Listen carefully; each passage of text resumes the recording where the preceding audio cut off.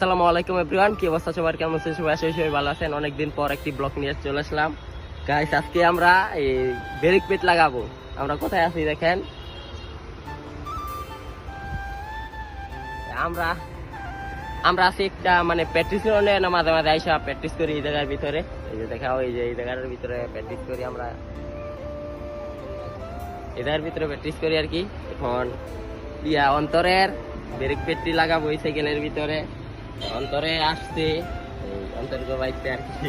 অন্তরের বাসা অনেক দূর, এর জন্য আমার বাসায় যাইতে পারে নাই।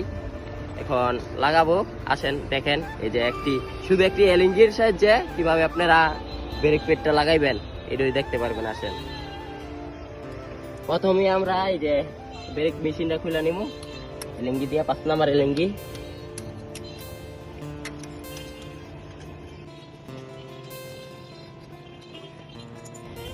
খুলে নিলাম। এখন এইটার মাধ্যমে এই যে এই ক্লিপটা থাকে, এই ক্লিপটা জাতা দিলে একদম ভালো মতন সাবধানে দিবেন।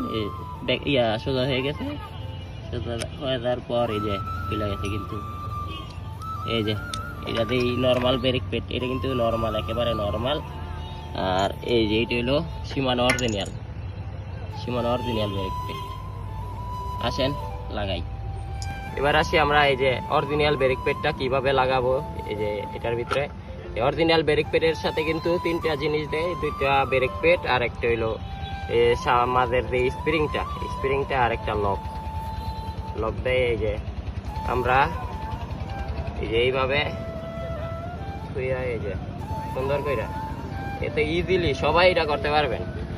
যারা স্ট্যান্ড করেন বিশেষ করে তারা শিক্ষা নেন, এই সুন্দর করে এইভাবে ঢুকাই দিবে। আর ইয়াটা লইরা গেছে, এর জন্য একটু মিস্টেক হচ্ছে।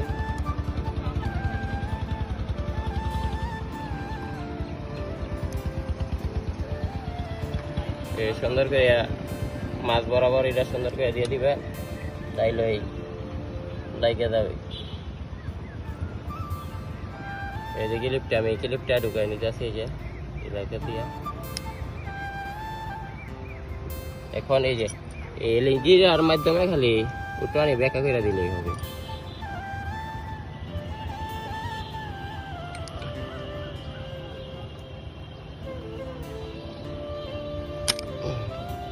এই ব্যাখ্যা কিন্তু হয়ে গেছে, এটা কিন্তু আর বাইরে হবে না।